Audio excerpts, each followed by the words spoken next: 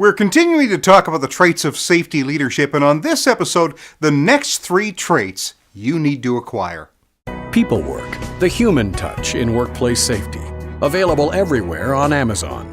To learn more, go to kevburns.com/peoplework.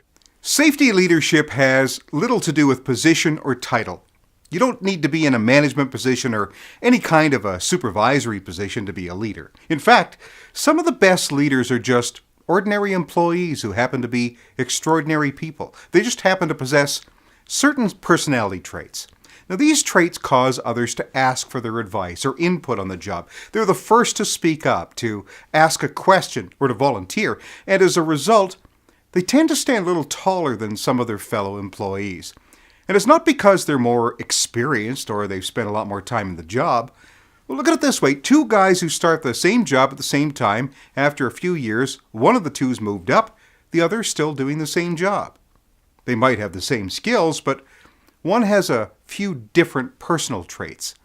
It might be your level of skills that get you the job, but it's your personal skills that'll keep you there.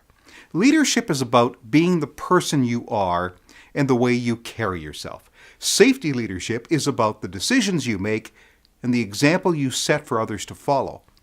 And in this series of episodes, we're exploring the personal traits of safety leadership. Personal traits, way beyond the amount of job experience you may have and your level of technical expertise. To become a leader requires more than just how many years you've been on the job or what kind of seniority you have in the company. Leadership is the right collection of specific personal skills and traits that is led by a lifelong commitment to self-improvement. Now, here's a word of warning, though. If you think that you get to use your leadership ability for personal gain, well, then you're missing the point. Leadership isn't about what you get. It's about what you give.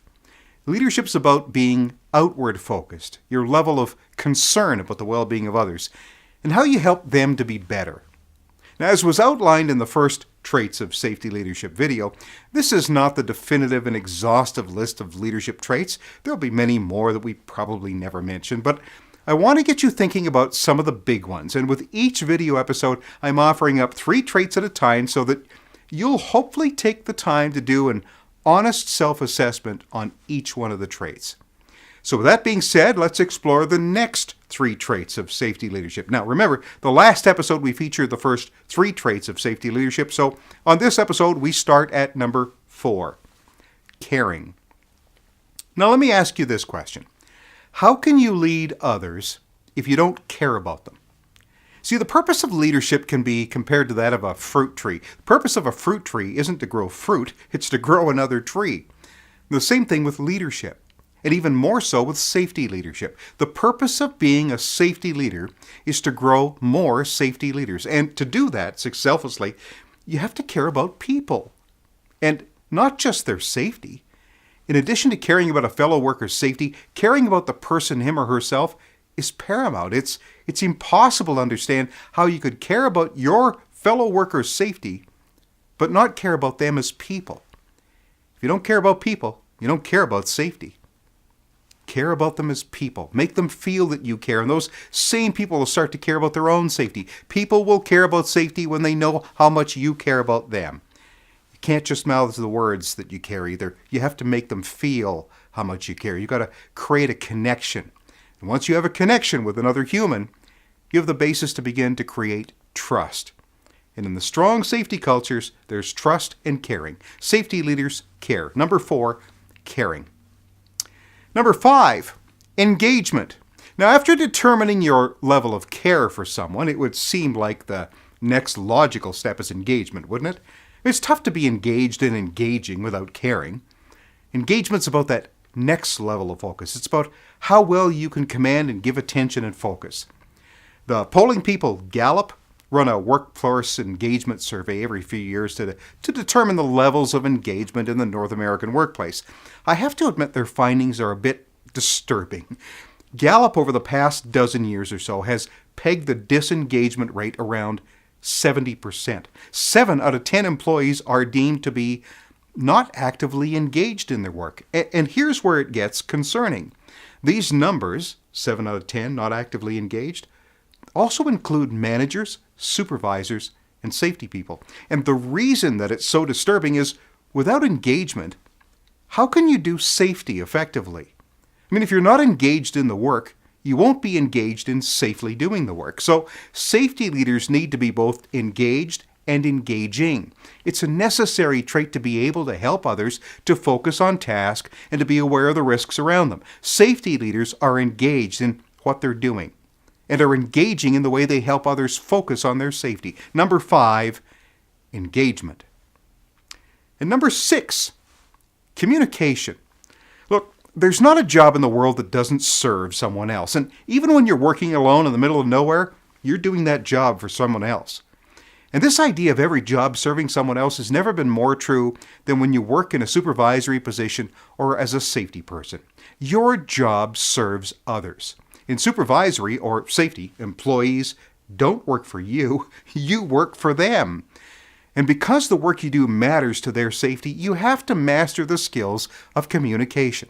A safety person or supervisor with poor communication skills rarely is ever considered a leader. Now think about it. People look up to and follow those people who have excellent communication skills. So, if you want to become a safety leader, you have to be able to articulate what needs saying. And more importantly, you have to communicate your message of caring and safety in such a way that the information's easily understood.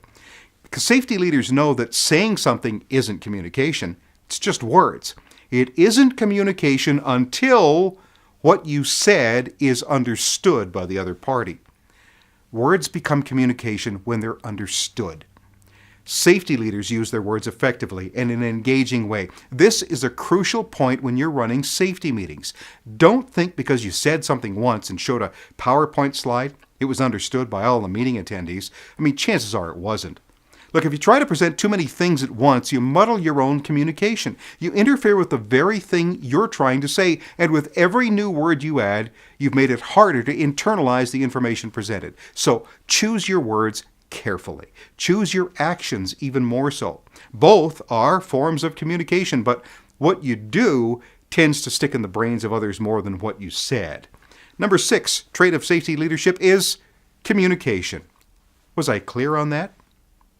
Good. Now, take a moment to assess how well you're doing. Rate yourself at a level from 1 to 10 in how you demonstrably show your people that you care. Honestly, give yourself a number.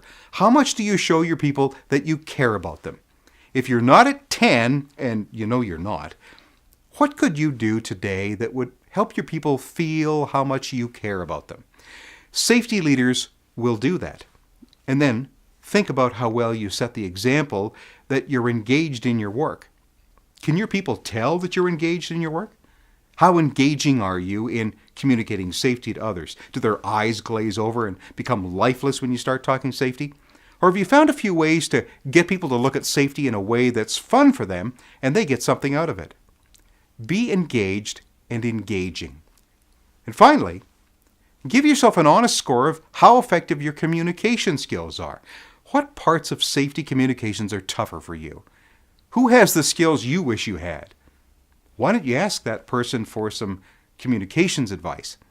If you won't communicate that you want help, you're really missing the point here. True safety leaders communicate well, are engaging, and they care. So there's 3 more traits of safety leaders. Do your homework, stick to it, and learn what you need to.